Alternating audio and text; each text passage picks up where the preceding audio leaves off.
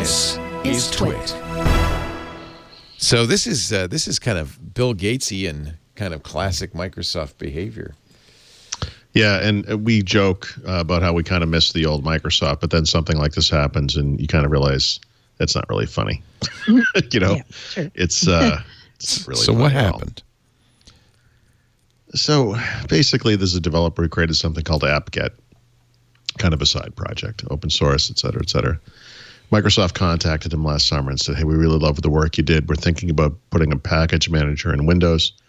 We'd like to pick your brain about it. Would you mind meeting with us in person, which they did, I think, up in Vancouver last July, August, whenever it was. And it went great. And then they said, maybe we should just put this into Windows and hire you, and you could maintain it at Microsoft. Wouldn't that be neat? And he said that would be neat. And they kind of went back and forth over what that would look like, and he finally agreed. And then Microsoft ghosted him for 6 months and never replied to any of his emails. Yeah, 6 months. Ghosted him. Wow. And then the night before build, he got an email from the guy at Microsoft, Andrew, who said, hey, just wanted to let you know we're going to be releasing this thing called the Windows Package Manager tomorrow. Thanks for all your work. Looks just like yours. Yeah, looks a lot like. Now his was open source, right? I think so, yeah. It is. I've gotten a lot of interesting feedback from people who don't see what the problem is here, that this is how open source works. Yeah, they forked it. Yeah. So the issue is that they courted the guy and offered him a job and then ghosted him. That's right. That's rude. the problem I have. They let him on, and that's unethical. Although, yes, if you read his blog post, I don't know if he was just justifying the fact that he didn't get an offer from them, or if he decided he really wasn't that interested. But he says a couple things like, I wasn't really sure after I met with them that I really wanted to work for them because I was going to have to leave Vancouver and blah, blah, blah. And I'm like, that's interesting. So maybe they couldn't come to terms. Vancouver to Seattle. It's very close to Seattle. Than me to you. 4 hours. I mean, it's. Yep. Yeah. Okay. It's a little further, actually. But yeah. So no, and Microsoft has a big operation in Vancouver also, which maybe he could have worked there, right? I was a little, and it's hard sometimes to read somebody's words and decide, is he putting a good face on something and he's really mad, or is he really not that mad? He didn't come off as indignant, or He didn't. He came off sort of like, I feel like I kind of need to communicate this, And I feel like if they had given him more acknowledgement when they announced WinGet and they said, by the way, we were heavily inspired by this guy, maybe that would have been enough. Yeah. We forked AppGet and we've created WinGet. Honestly, right. We were very impressed with what he did. How close is what they did to what he did? That's what I don't know.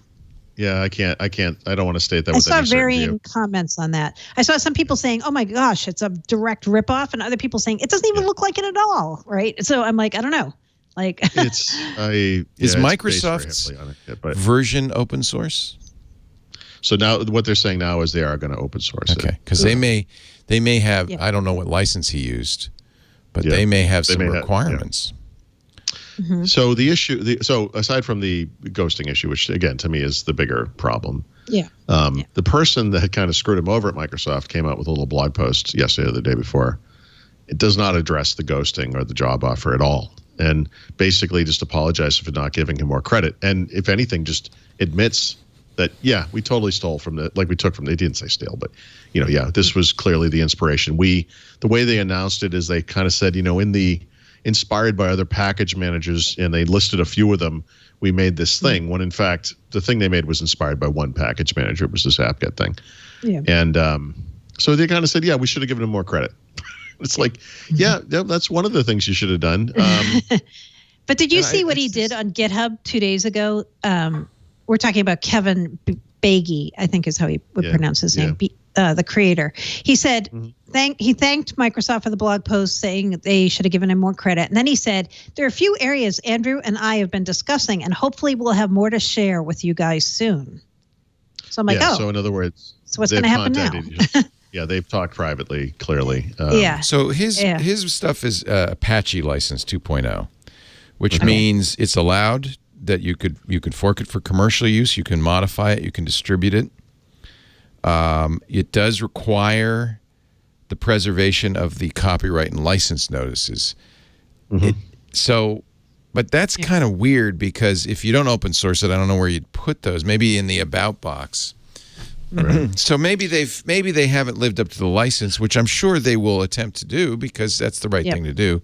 Yep. I'm glad they're giving him credit, but it is, you can fork any open source license. Yeah, right. Yes. Open source product. If you take it a step back, though, the problem is the Microsoft of 1992 or whatever year, this is the type of thing they would have done, embrace, extend, whatever. I know that it's allowed by the open source license. Okay, fine. Microsoft today is a completely different company than it was in the 90s. Completely different. And they are an inclusive, accessible company. They have embraced open source, you could argue, almost more than any company. There are areas of Microsoft that remain proprietary, of course. I think I talked about some of that stuff a week or two ago. This does a lot of damage to the perception that Microsoft is a good player in the open source world. And I think that's the broader issue. Me too. Aside from what I think that's like the bigger issue. Yep. Yeah. We've spent a lot of time wondering aloud why the open source community can't wrap their head around the fact that Microsoft is a good player, is the right company to have GitHub and take care of that thing, that they are to be trusted and, are a good company. They're not the company they used to be. And something like this, unfortunately, I feel chips away at that perception. Yeah. And it's unfortunate. This is really, really bad. This is a bad look for Microsoft today, I would say. Yeah, especially if you're trying to win over, as they are, open source developers. You shouldn't take advantage of something that's open source. I don't think, I'm looking at the license, I don't think it requires that they make theirs open source, but they do need a notice in the about box giving him credit. Well, it sounds like he's going to get it. Yeah. Yeah. Yeah, it also sounds like they're talking privately, and maybe they will do right by him. Right. And we will find out about that. It is, but this happens, and it is always a little bit of an affront to the author of an open source work if a big, wealthy company comes along and says, "Hey, nice job, thank you. We're going to distribute that now." Yeah. But this it comes happens up a lot, all the time. AWS all the time, right? And a lot of the database companies. It does. Well, I expect more from Microsoft. Agree. They have to do a little better. I really do feel that it is an ethical company. Yeah. One of the things that I've tried to tell people who've complained about it, because I literally have heard from Tiger can't change his stripes. Yeah. Same old Microsoft. It's like I always use that example of like you still hold a grudge against Germany and Japan for World War II. I mean, like at what point do we get over this? Right, but then this happens, and you're like, oh well, maybe. The thing to remind, like, this was one individual. This didn't. It's not like Satya Nadella is sitting in his castle, cackling and putting his fingertips together, wondering how he could screw the world over. And it's starting with this one individual. This was, Microsoft employs 155,000 people, I believe. Yeah. It is, when you talk about something the size and scope of Microsoft, you can't think of it as like this one living being with one will and one, strategy. And I mean, it's unfortunate. Yeah, even something like a package manager, like who knows how big the team at Microsoft is working on that? It's not probably one person. It's probably many people. I'm thinking Satya Nadella kick the door in. He says, "I don't give a crap what you use. You steal it." Get that package manager. I just, it's just not like it. It's not. No. And I'm just looking at some... in the Steve Ballmer era, he would be like, "Ha ha, sucker!" Right? It would be, he'd like take pride in it, right? He'd be like, "That's what we do. That's why we're good at what we do." Cancer, you kill it with more cancer. Oh boy. Yeah. So it's just a bad look, bad optics, but they didn't actually violate any licenses or do anything wrong. Yeah. Provided they provide. Let's see how this ends, right? Let's see. Let's see what happens. They gotta give him credit. I think this is going to end better than it started, but Me too. Yeah, it just should but never. It was 2 steps back, half a step forward. Have they? They haven't released it yet, though, right? WinGet, is it out? Preview right now, right? Okay. Yeah, so preview. Came out at Build, right? So if you have a copy, I would look at the About box, and it should say his name in there. The first preview probably doesn't say anything like that, right? I think what they've said is we'll do right by you. The Apache license is very forgiving. It doesn't have, for instance, and the viral stuff that the GPL has, which says you must make your product open source and offer the same terms to people who use your source code, that kind of thing. But again, Microsoft. Yeah. No, but they should do the right thing. Yeah. 33 billion in revenues a quarter. An army of lawyers. Yeah. Right. Yeah. Versus this guy who just, out of the goodnesses of his heart, without any real research, picked a license. I mean, well, that's why it's important to consider your license. Yeah. Okay. That's a particularly loose license, and I don't think he did it by accident. Honestly. Well, yeah, you're probably right, but I mean, I also didn't. I'm sure he never thought Microsoft would come swooping down and just use it. Yeah. Well, who knows? He might have wanted a job at Microsoft and thought this is a good way to get the resume. Seems kind of ambivalent about getting the job at Microsoft. Yeah, maybe not. Yeah. He said the reason he did it was he thought there were no good Windows package managers, and he said, "I'm a Windows user and I want a good package manager." That's scratching his own itch. That's why most open source software is written. Yeah. You got to punish those people. Yeah, punish them. Well, and I think if you're doing open source, you probably know, I would hope you would know the ramifications of various licenses. The fact that he chose such a relaxed license. Well, but this is the difference between theory and reality. Like, you may go into it with open eyes and you have this idea of what this means, and then it happens, you're like, oh, actually, I don't like that. Whoops. Like, I mean. Well, yeah, he probably didn't expect Microsoft to just kind of take it. Yeah. Sure. But that's open source. That happens. Yeah. Most of the time, what happens is you go, gosh, I'm so thrilled. This little project I did to scratch my own itch is now going to be used by millions, billions. Yeah. Well, I hope he has that experience, because I feel like Microsoft, that could be happening. They should give him $20 and say thanks. It seems fair. $20. Here's a certificate to the company store. Give him like a satin jacket. Wait, get that bill discount. I wrote WinGet. Oh, yeah.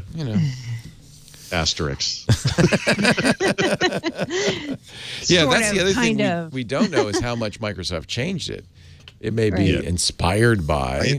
I believe it. I mean, obviously, it was well, maybe not obviously, but I believe it was rewritten in a different language. That was one of the things. There you go. People point to that, like, see, it's not exactly the same thing, and it's like, well, that's a significant effort. That's not. That's not something you just go, here, let me just translate it. Yeah. That's the one thing I'll say about this whole saga is Kevin Beatty, the guy who did AppGet, he is behaving like a gentleman and a scholar. Yes, on this whole thing. Good for him. He is above the fray. He's being really respectful of all parties. He's showing that he's not happy about it, but he's not out there like slashing and burning and screaming about Microsoft. I'm never trusting him again. I'm going to be an Apple user now, right? No. Yeah. They buy a Mac with all that money I didn't make from getting the job. Yeah. No, you're right. You're right. He's being great. And I think that's part of the reason I find what he writes to be believable. Yeah. He doesn't seem like he's out for revenge. He didn't seem like he was sure he even wanted to say this. He's like, I feel, like he's stopping development of AppGet, so he had to explain why am I stopped. Right. Yeah. Interesting. And ironically, he wrote it in what he wrote it in C# or he wrote it in C# and Microsoft, which is Microsoft's own language, and they translated it to C++.